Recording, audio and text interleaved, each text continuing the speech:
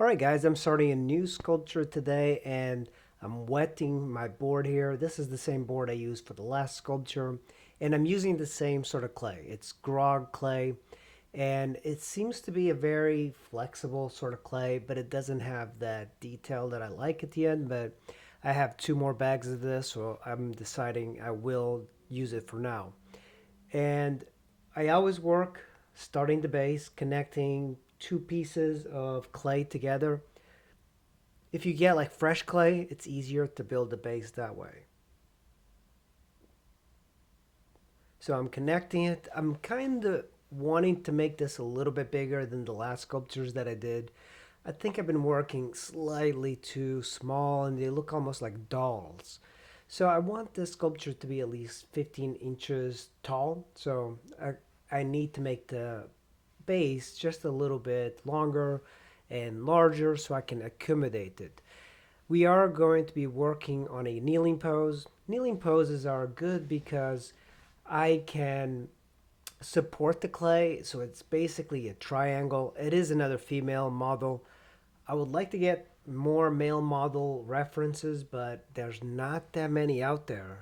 Pose space is great, but they really don't have much choice for poses. Their female models are great, and every other reference site that I've seen has got great references for females, but hardly any for males. So at this point, I am building from the ground up the knees. So that's the leg, the lower leg. She is sitting on her legs. So it's a very simple kneeling pose with her torso kind of very upright. That shish kebab stick is what I'm using for reference. So I took a measurement of the length of the foot, say from the great trochanter to the knees, and then I compared it to the height of the head. So I kind of have a rough estimate, and I'm just adding like blocks of clay because this is going to be the easiest way to get the clay in there and then just remove a little bit. It takes some time because you have to make sure you push the clay body into the next. And one of the problems that in my studio it gets a little bit dry, so the clay in the bag tends to dry out a little bit. So I constantly am pouring like water, and I try and connect the water, or I try to connect all the clay very well. That's why I'm pushing the seams in quite a bit with force. And that piece right there, that's her torso. And I'm just trying to build kind of like a very rough shape because this essentially is what the frame is going to be. Remember, I don't tend to use a lot of frames or armatures for sculptures. I kind of do everything freehand.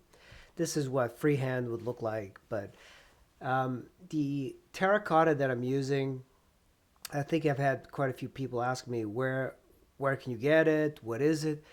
This clay is just called Virginia Red, and with grog, you can get it without grog. You could get white clay.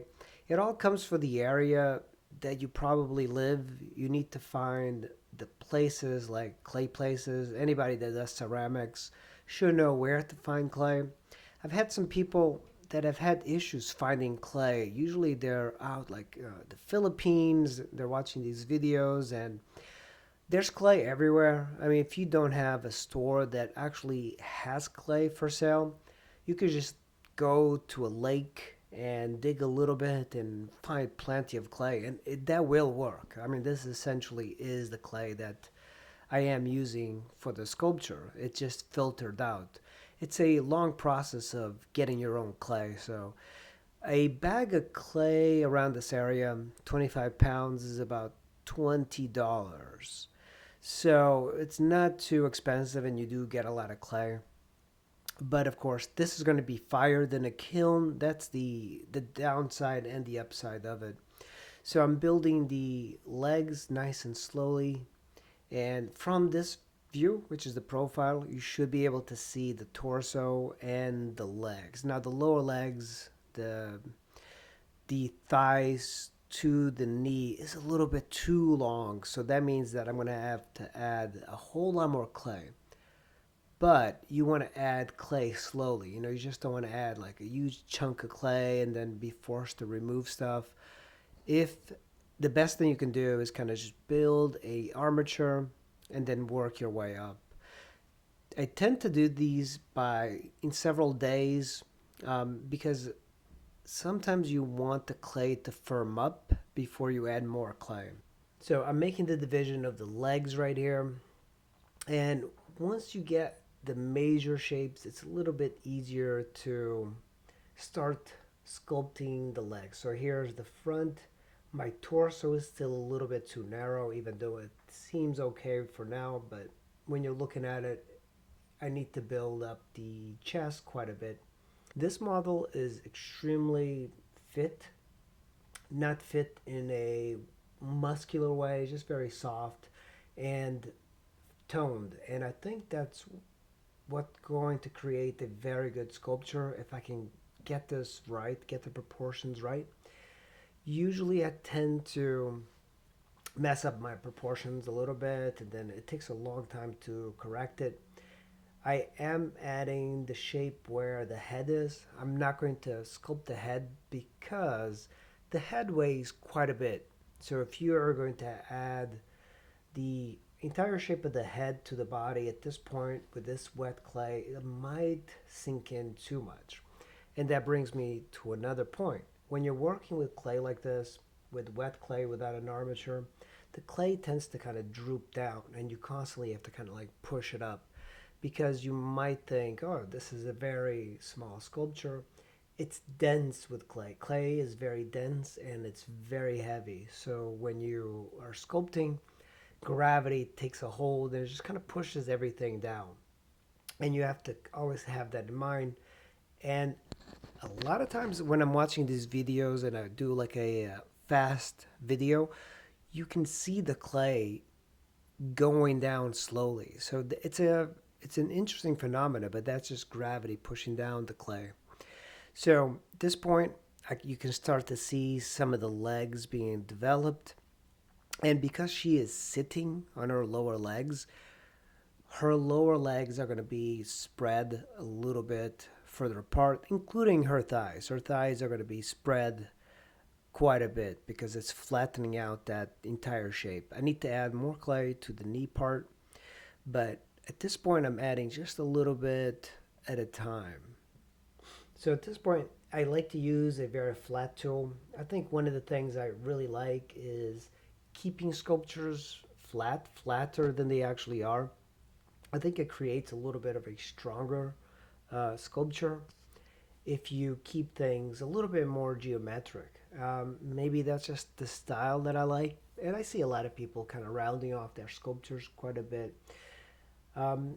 Another note is if you're going to break your figure into two sessions for the armature, say you want to work on the lower body first, add a little bit to the torso. You can tell that my torso is a little bit small. And I just pushed it back because the pose is, she's sitting very upright. Now there's different variations of this model. One, she's got her legs and her knees. One that she's got her arms on the back. One, she's leaning in completely. This one is a very upright one, and I think it's the more sculptural one.